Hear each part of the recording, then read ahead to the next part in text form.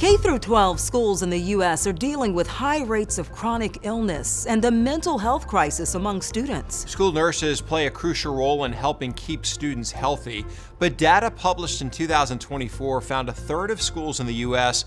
do not have a full-time nurse on site.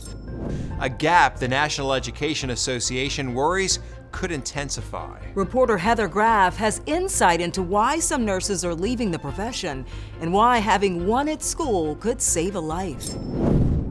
Took one look at her and told her lay down. Critical healthcare decisions made in an instant. She had no blood vessels underneath her eyes, no redness, her fingers. There was no cap refill. But the patient isn't in a hospital. Instead, she's right down the hall from her third grade classroom. I truly believe that Rachel saved her life. Mia Machado's diagnosis, done by her elementary school nurse, Rachel Ocampo. Ocampo quickly identified the signs of anemia and told Mia's mother to get the child to a doctor right away.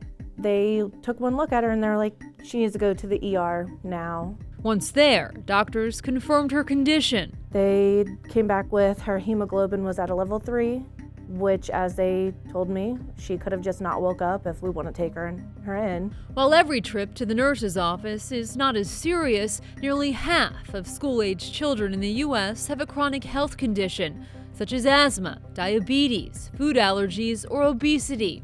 And for those students, school nurses play a critical role in the day-to-day management of their condition.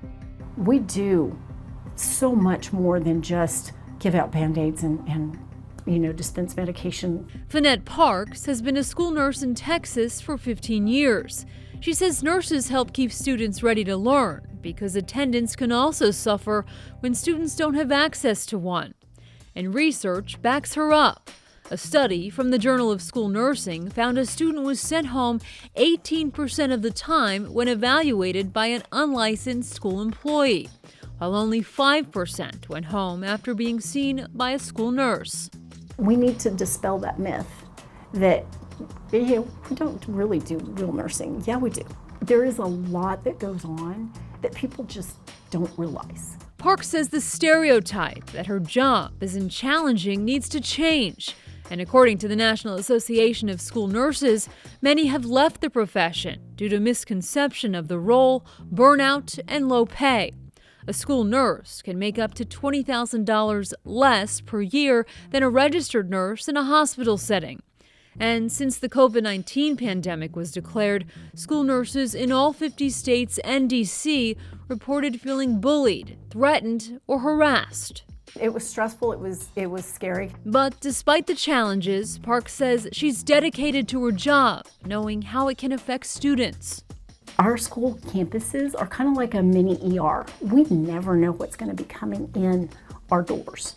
It could be as simple as a nosebleed. It could be something like that to where it's a lot more serious. Like in Mia Machado's case, but her mother is thankful her daughter's elementary school had a nurse on site.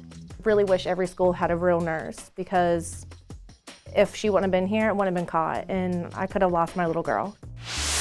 The CDC recommends schools have one full-time nurse for every 750 students, but that's not always met, as not every state requires schools to employ a nurse. Tennessee used to have one of the worst nurse-to-student ratios in the country, one for every 3,000 students. But in May of 2024, the governor signed a law that would put more nurses in schools and drop the ratio to the CDC's recommendation. Burnout isn't just impacting school nurses, there's also concern for healthcare facilities. Registered nurses are leaving the profession faster than they can be replaced.